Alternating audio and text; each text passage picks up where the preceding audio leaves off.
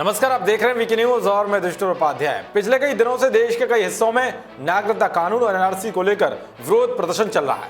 शुरुआत में इस विरोध प्रदर्शन के नाम पर हिंसा देखने को मिली थी। उपद्रवियों ने जमकर आगजनी और तोड़फोड़ करके सरकारी संपत्ति को भारी नुकसान पहुंचाया। मगर अब इस हिंसा की आग तो ठंडी नजर आ रही है। लेकिन अब भी जिस तरह से दिल्ली के शाहीन बाग में नागरिकता कानून के विरोध प्रदर्शन के नाम पर जो कुछ भी किया जा रहा है वो कई तरह के सवाल खड़े कर रहा है, क्योंकि शाहीन बाग के जो मौजूदा हालात हैं उसका मकसद ही कुछ और ही नजर आ रहा है। इस तरह के हालातों को देखते हुए 154 पूर्व जजों और अधिकारियों ने राष्ट्रपति रामनाथ कोविंद को एक चिट्ठी लिखी है, जिसके जरिए सीए के खिलाफ प्रदर्शन के नाम पर हिंसा करने वालों पर कार्रवाई की मांग की गई है। इन 154 दिग्गजों में पूर्व न्यायाधीश, सिविल सेवा से जुड़े अधिकारी और आर्मी अफसर शामिल हैं। इन्होंने राष्ट्रपति रामनाथ कोविंद से लोकतांत्रिक संस्थानों की रक्षा करने के लिए ऐसे उपद्रवियों के खिलाफ कड़ी कार्रवाई करने की अपील की है। केंद्रीय प्रशासनिक न्याय अधिकरण के पूर्व चेयरमैन प्रमोद कोहली ने आरोप लगाया कि नागरिकता संशोधन कानून के खिलाफ जो भी प्रदर्शन किए गए वो कुछ राजनीतिक तत्वों के भड़काने पर हुए थे। ऐसे लोगों पर सख्त एक्शन लिया जाए। यानी कि साफ है कि जिस तरह से प्रदर्शनकारियों ने उपद्रव मचाया है उसे लेकर हर कोई ये चाहता है कि ऐसे लोगों को कड़ा सबक सिखाया जाए। हालांकि उत्तर प्रदेश में तो सीएम योगी ने ऐसे दंगाइयों की अकड़ ढीली कर दी है, जिसके बाद से ही ये उपद्रवी सीएम योगी से रहम की भीख मांग रहे हैं और कार्रवाई से बचने के लिए एक के बाद एक नए नए हथकंडे अपना रहे हैं। तो वही कई ऐसे वीडियो भी सामने आए हैं जिसमें कुछ लोग देश को तोड़ने की बात कर रहे हैं और नफरत भरा भाषण देकर मुसलमानों को भड़का रहे हैं। सबसे पहले आप देखिए देश को बर्बाद करने की धमकी देने वाले एएमयू के पूर्व छात्र अध्यक्ष फैजुल हसन का वो भाषण जो आपका खून खौला देगा। तो सब्र की अगर सीमा अगर सबसे ज्यादा देखना है, सब्र देखना है दुनिया में कहीं, तो हिंदुस्तानी मुसलमानों का सब्र देखिए।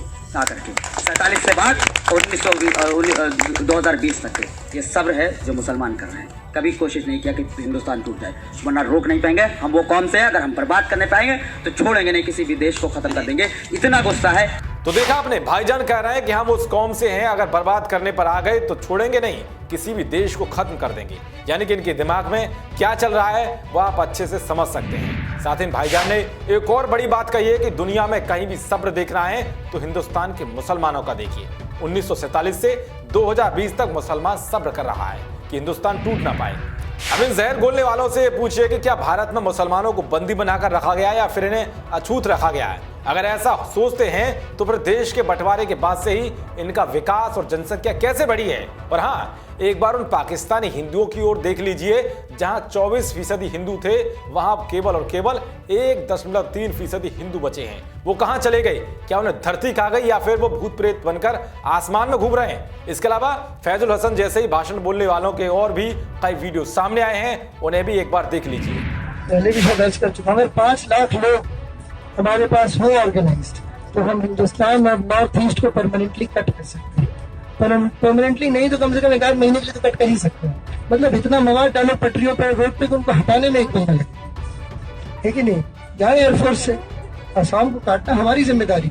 असम और इंडिया कट के अलग हो जाए, तभी ये हमारी बात सुने। मैं ये बात कहना चाहता हूँ कि समझ जाए वो, और वो इस एनआरसी को वापस लें और ये सीए कानून में संशोधन करें, और अगर नहीं किया तो ताल से ताल बजेगी और ये 1947 वापस हो। तो देखा आपने, ये साहब खुली चेतावनी दे रहे हैं कि अगर एनआरसी और नागरिकता कानून वापस नहीं लिया गया तो 1947 को दोहरा देंगे। खैर, एक कहावत आपने सुनी होगी कि जब दिया बुझने की ओर आता है तो उसकी लौ ज्यादा फड़फड़ाती है। ऐसा ही कुछ इन दोनों ऐसे नफरती जहर घोलने वालों के साथ हो रहा है, क्योंकि इन्हें अब पता चल गया कि इतना विरोध प्रदर्शन के बाद भी सरकार टस से मस नहीं हो रही है। इसीलिए ये छटपटा रहे हैं और उल जुलूल बयान दे रहे हैं। जिस तरह से 154 पूर्व जजों और अधिकारियों ने राष्ट्रपति रामनाथ कोविंद को चिट्ठी लिखी है, उस पर आपकी क्या राय है कमेंट बॉक्स में जरूर बताएं। देश और दुनिया की तमाम खबरों को पाने के लिए देखते रहिए वीके न्यूज। शुक्रिया।